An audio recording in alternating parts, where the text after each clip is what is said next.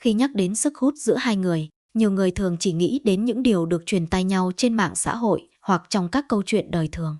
Nhưng sự thật thú vị là cảm giác rung động và hứng thú của con người không đơn giản, chỉ bắt nguồn từ một điểm đặc biệt nào đó trên cơ thể. Các nhà khoa học đã phát hiện rằng cảm xúc, sự kết nối và nhiều vùng cảm giác khác nhau trên cơ thể đều có thể góp phần tạo nên những trải nghiệm dễ chịu. Có những vùng tưởng chừng rất bình thường nhưng lại chứa hàng ngàn đầu dây thần kinh cảm giác, đóng vai trò quan trọng trong cách con người cảm nhận sự gần gũi và gắn kết. Vậy, ngoài điểm G thường được nhắc đến, còn những vùng nào có thể ảnh hưởng đến cảm giác hưng phấn và sự kết nối giữa hai người?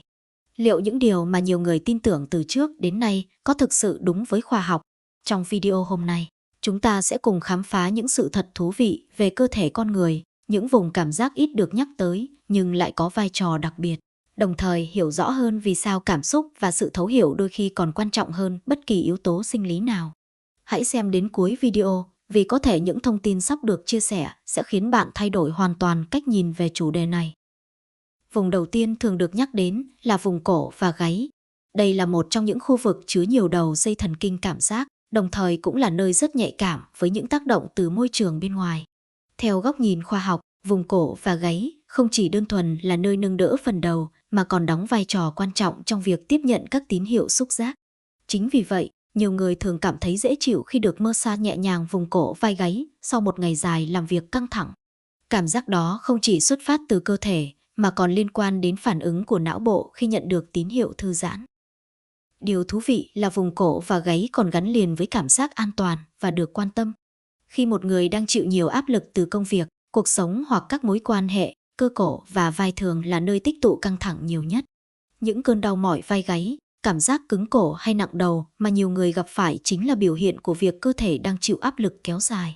Vì vậy, khi khu vực này được chăm sóc đúng cách, não bộ sẽ nhận được tín hiệu rằng cơ thể đang dần được thư giãn, từ đó giúp giảm căng thẳng và cải thiện tâm trạng.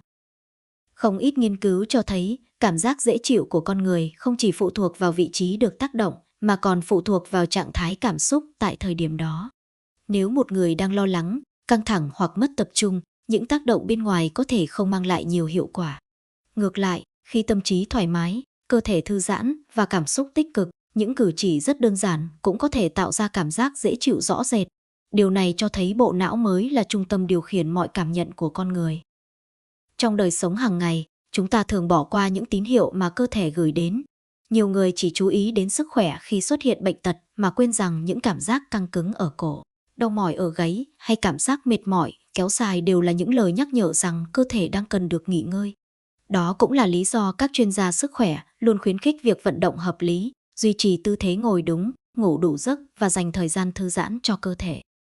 Nhìn rộng hơn, vùng cổ và gáy cho chúng ta thấy một bài học rất đáng suy ngẫm. Cơ thể con người không hoạt động tách biệt với cảm xúc. Khi tinh thần vui vẻ, cơ thể thường khỏe mạnh hơn. Khi tâm trạng nặng nề, những vùng cơ như cổ, vai và gáy lại là nơi chịu ảnh hưởng đầu tiên. Chính sự liên kết chặt chẽ giữa thể chất và tinh thần đã tạo nên những phản ứng rất đặc biệt mà đôi khi chúng ta không nhận ra. Vì thế, khi nói về những vùng mang lại cảm giác dễ chịu cho con người, điều quan trọng nhất không phải là tìm kiếm một bí mật thần kỳ nào đó. Điều quan trọng là hiểu rằng cảm giác thoải mái, thư giãn và hạnh phúc luôn bắt đầu từ sự cân bằng giữa cơ thể và tâm trí. Và vùng cổ, gáy chính là một trong những ví dụ rõ ràng nhất cho thấy chỉ một tác động nhỏ đúng lúc cũng có thể giúp một người cảm thấy nhẹ nhõm, dễ chịu và được quan tâm nhiều hơn trong cuộc sống hàng ngày. Vùng thứ hai thường được các chuyên gia về cảm giác cơ thể nhắc đến là tai và khu vực xung quanh tai. Thoạt nghe có vẻ bình thường, thậm chí nhiều người còn không nghĩ rằng đây lại là một trong những vùng có khả năng tạo nên cảm giác đặc biệt về mặt xúc giác. Nhưng nếu tìm hiểu sâu hơn về cấu trúc thần kinh của cơ thể con người, chúng ta sẽ thấy rằng khu vực này chứa rất nhiều đầu dây thần kinh cảm giác, có khả năng tiếp nhận những kích thích rất nhỏ từ môi trường bên ngoài. Chính vì vậy, tai không chỉ có nhiệm vụ tiếp nhận âm thanh mà còn là một trong những khu vực nhạy cảm đối với sự tiếp xúc. Điều thú vị là cảm giác tại vùng này không chỉ liên quan đến sinh lý mà còn gắn chặt với cảm xúc và tâm lý. Đó là lý do vì sao cùng một tác động, có người cảm thấy hoàn toàn bình thường, nhưng cũng có người lại cảm nhận được sự gần gũi, ấm áp và kết nối sâu sắc hơn. Khoa học đã chỉ ra rằng bộ não con người không phản ứng với sự tiếp xúc đơn thuần, mà phản ứng với ý nghĩa cảm xúc đằng sau sự tiếp xúc đó. Khi một người cảm thấy an toàn, được tôn trọng và được quan tâm, não bộ sẽ giải mã những tín hiệu nhận được theo hướng tích cực hơn. Ngược lại, nếu tâm trạng đang căng thẳng hoặc lo âu, cùng một sự tiếp xúc cũng có thể trở nên vô nghĩa. Điều này cho thấy sức mạnh thực sự không nằm ở vị trí trên cơ thể mà nằm ở cách bộ não diễn giải những gì đang diễn ra. Tai và vùng da xung quanh tai trở thành một ví dụ rất rõ ràng cho nguyên lý ấy. Đây là khu vực có khả năng kết nối cảm giác vật lý với cảm xúc một cách mạnh mẽ, khiến nhiều người cảm nhận được sự thư giãn hoặc cảm giác được quan tâm khi có sự tương tác phù hợp. Trong cuộc sống hàng ngày, chúng ta thường không để ý rằng âm thanh và sự tiếp xúc quanh tai có ảnh hưởng rất lớn đến tâm trạng. Một lời động viên đúng lúc có thể giúp ai đó vượt qua một ngày đầy áp lực. Một câu hỏi thăm chân thành đôi khi có giá trị hơn hàng trăm món quà đắt tiền. Điều này cho thấy tai không chỉ là nơi tiếp nhận âm thanh mà còn là cánh cửa dẫn đến cảm xúc. Con người là sinh vật sống bằng cảm xúc nhiều hơn họ nghĩ. Chúng ta nhớ một giọng nói quen thuộc, nhớ những lời động viên khi khó khăn, nhớ những cuộc trò chuyện khiến trái tim trở nên nhẹ nhõm. Tất cả những ký ức ấy đều bắt đầu từ việc lắng nghe. Có lẽ điều đáng ngạc nhiên nhất chính là việc cảm giác dễ chịu của con người đôi khi không đến từ những điều lớn lao. Nó có thể đến từ sự hiện diện của một người biết lắng nghe, từ những cuộc trò chuyện kéo dài đến khuya, từ cảm giác được thấu hiểu trong những thời điểm cô đơn nhất. Đó là lý do vì sao nhiều nhà tâm lý học cho rằng sự kết nối cảm xúc luôn là nền tảng của mọi mối quan hệ bền vững. Khi cảm xúc được nuôi dưỡng, những tín hiệu nhỏ nhất từ cơ thể cũng có thể trở nên ý nghĩa hơn rất nhiều. Tai và khu vực xung quanh tai, vì thế không chỉ đơn thuần là một vùng cảm giác trên cơ thể. Nó còn là biểu tượng cho khả năng lắng nghe và kết nối giữa con người với nhau. Giữa một thế giới ngày càng bận rộn, nơi ai cũng muốn được nói, nhưng ít người thực sự biết lắng nghe, đôi khi điều khiến một người cảm thấy hạnh phúc nhất lại không phải là những lời hoa mỹ, mà là cảm giác có ai đó thật sự quan tâm đến những điều mình đang nghĩ, đang cảm nhận và đang trải qua. Và có lẽ đó mới là bí mật sâu xa nhất đằng sau những cảm giác đặc biệt mà con người luôn đi tìm trong các mối quan hệ của mình. Vùng thứ ba thường khiến nhiều người bất ngờ nhất chính là bàn tay và các đầu ngón tay. Khi nhắc đến những vùng cảm giác đặc biệt trên cơ thể, ít ai nghĩ rằng đôi bàn tay lại được các nhà khoa học đánh giá là một trong những khu vực có khả năng cảm nhận xúc giác tinh tế bậc nhất. Thế nhưng, nếu nhìn vào cách cơ thể con người được tạo ra, chúng ta sẽ hiểu vì sao bàn tay lại giữ một vai trò vô cùng đặc biệt. Hàng ngày, chính đôi bàn tay là cầu nối giữa chúng ta với thế giới. Chúng ta dùng tay để chạm vào mọi thứ, để cảm nhận nhiệt độ, hình dạng, độ mềm, độ cứng và vô số tín hiệu khác từ môi trường xung quanh. Các đầu ngón tay chứa mật độ thụ thể cảm giác rất cao, giúp não bộ nhận biết những thay đổi cực kỳ nhỏ mà nhiều bộ phận khác trên cơ thể không thể cảm nhận rõ ràng như vậy. Nhưng điều khiến bàn tay trở nên đặc biệt không chỉ nằm ở sinh học. Điều đáng nói hơn là đôi bàn tay còn gắn liền với cảm xúc của con người từ khi chúng ta còn rất nhỏ. Một đứa trẻ sơ sinh chưa hiểu ngôn ngữ, nhưng vẫn cảm nhận được sự an toàn khi được nắm lấy bàn tay của cha mẹ. Một người đang sợ hãi có thể cảm thấy bình tĩnh hơn khi có ai đó nắm tay mình. Một người đang đau khổ đôi khi không cần những lời khuyên dài dòng, họ chỉ cần một cái siết tay nhẹ nhàng để biết rằng mình không đơn độc. Đó là thứ ngôn ngữ không lời mà con người đã sử dụng từ hàng ngàn năm nay. Không cần giải thích, không cần chứng minh, chỉ một cái chạm đúng lúc cũng có thể truyền đi sự quan tâm, sẻ chia và cảm thông. Có lẽ vì thế mà trong những khoảnh khắc quan trọng nhất của cuộc đời, đôi bàn tay luôn hiện diện. Khi một người cầu hôn, họ nắm lấy tay người mình yêu.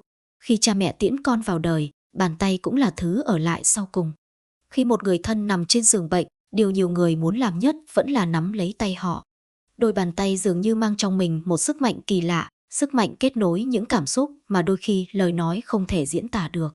Khoa học gọi đó là sự giao tiếp thông qua xúc giác, còn cuộc sống gọi đó là tình người. Điều thú vị là nhiều nghiên cứu đã cho thấy khi con người có sự tiếp xúc thân thiện thông qua bàn tay, cơ thể có thể giảm bớt cảm giác căng thẳng và lo âu. Nhịp tim có xu hướng ổn định hơn, tâm trạng dễ chịu hơn và cảm giác cô đơn cũng được giảm bớt. Đây là lý do vì sao những cái bắt tay chân thành, những cái nắm tay động viên hay những hành động quan tâm nhỏ bé lại có thể tạo ra ảnh hưởng lớn đến tâm lý của một người. Chúng ta thường nghĩ những điều làm thay đổi cuộc sống phải là những sự kiện thật lớn lao, nhưng đôi khi chính những cử chỉ giản dị nhất lại để lại dấu ấn sâu đậm nhất trong ký ức.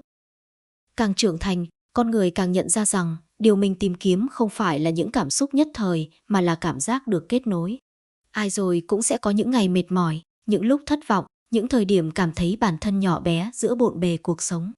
Và trong những khoảnh khắc ấy, điều khiến người ta thấy ấm lòng thường không phải là tiền bạc hay vật chất, mà là sự hiện diện của một người sẵn sàng đưa tay ra và nói rằng tôi ở đây. Chính vì vậy, đôi bàn tay không chỉ là một bộ phận trên cơ thể, nó là biểu tượng của sự đồng hành, của lòng tin và của những kết nối sâu sắc nhất giữa con người với con người. Khi nhìn lại ba vùng cảm giác đã được nhắc đến, từ cổ và gáy, đến tai và khu vực xung quanh tai, rồi đến bàn tay và các đầu ngón tay, chúng ta có thể nhận ra một điều rất đáng suy ngẫm.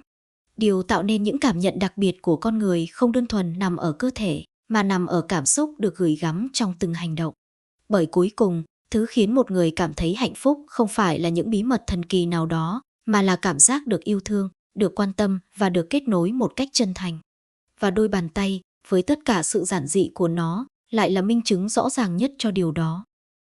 Qua những chia sẻ ngày hôm nay, có lẽ chúng ta đã nhận ra rằng cơ thể con người là một thế giới vô cùng kỳ diệu. Nhiều người dành rất nhiều thời gian để đi tìm những bí mật được truyền tai nhau, nhưng cuối cùng lại quên mất một điều quan trọng nhất. Cảm giác hạnh phúc và sự kết nối không chỉ đến từ một vị trí nào đó trên cơ thể, mà còn đến từ cảm xúc, sự thấu hiểu và cách chúng ta đối xử với nhau mỗi ngày. Cổ và gáy, tai và khu vực xung quanh tai, hay bàn tay và các đầu ngón tay đều cho thấy rằng những điều tưởng chừng bình thường nhất đôi khi lại mang đến những cảm nhận đặc biệt nhất. Trong cuộc sống, ai rồi cũng sẽ già đi, vẻ ngoài có thể thay đổi, sức khỏe có thể không còn như trước, nhưng sự quan tâm chân thành, những lời hỏi han ấm áp, một cái nắm tay đúng lúc hay sự lắng nghe từ trái tim vẫn luôn là những điều khiến con người cảm thấy được yêu thương và trân trọng. Đó mới chính là nền tảng bền vững nhất của mọi mối quan hệ. Bởi sau tất cả, điều mà mỗi người tìm kiếm không chỉ là cảm giác nhất thời, mà là cảm giác được đồng hành, được thấu hiểu và được yêu thương thật lòng. Nếu bạn thấy video này hữu ích, hãy dành một giây bấm đăng ký kênh, like và chia sẻ để nhiều người hơn có cơ hội tiếp cận những kiến thức thú vị về sức khỏe, tâm lý và các mối quan hệ trong cuộc sống. Sự ủng hộ của bạn chính là động lực để kênh tiếp tục mang đến những nội dung chất lượng hơn trong thời gian tới. Theo bạn, trong một mối quan hệ lâu dài, điều gì quan trọng hơn, sự hấp dẫn về thể chất hay cảm giác được thấu hiểu và đồng hành mỗi ngày? Hãy để lại suy nghĩ của bạn dưới phần bình luận. Tôi rất mong được đọc những chia sẻ chân thành từ chính trải nghiệm của bạn. Có thể câu chuyện của bạn sẽ giúp ai đó tìm được câu trả lời cho cuộc sống của họ.